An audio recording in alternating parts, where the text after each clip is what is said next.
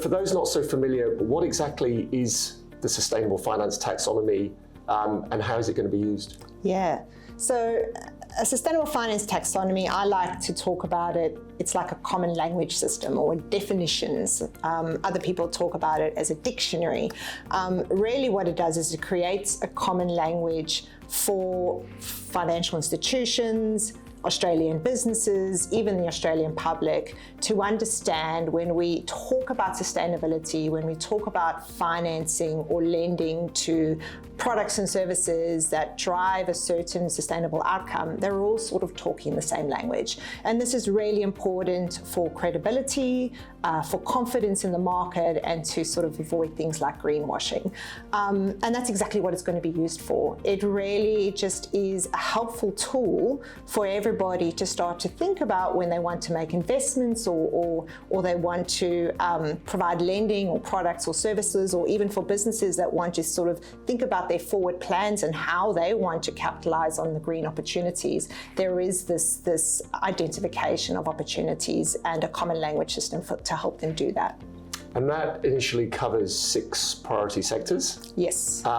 We just go through very quickly what those 6 priority sectors are? Yeah, so these are the big sectors in the Australian economy, the same sort of 6 sectors that the Australian government, in fact, has identified in their decarb plans, their decarbonisation plans. So we have agriculture, we have mining and minerals and metals, sort of the big primary production areas of the Australian economy. We also have the things we make, like manufacturing and processing. We have transport, of course, how we generate our electricity, and of course the buildings that we work in every single day.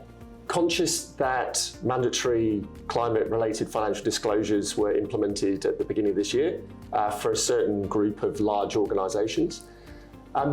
Keen to get your thoughts on the interaction of the taxonomy with financial climate disclosures and how indeed it can assist clients in terms of those climate-related financial disclosures that are coming. Yeah, so as a voluntary tool, it's there to be used by the market and to be usable and helpful to the market. And so we look at climate-related financial disclosures, which really requires companies to think about their climate strategy.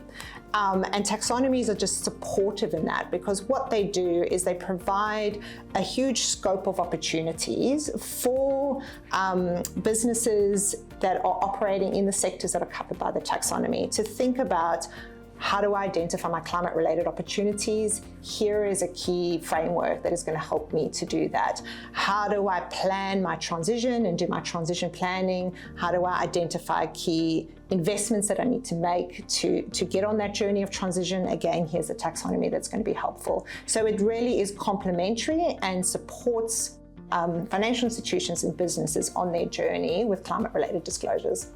So what does this mean for everyday Australians? So I think if we think about everyday Australians care about a sustainable future for themselves and for their families. They also work in businesses that are caring about capitalising on a sustainable future in the businesses that they work for. And, investors which hold everyday Australian superannuation also care about these same things.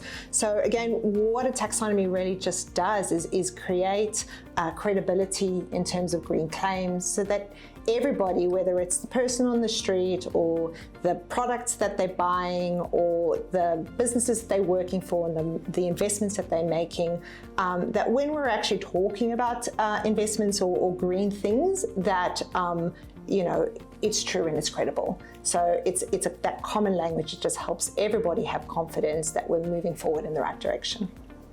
And I think that wraps it up really nicely. It's obviously an incredibly important initiative. I know your time's at a premium in terms of talking to folks like myself. So once again, thank you very much for taking the time to speak to us today. It's been a real pleasure, Charles. Thank you.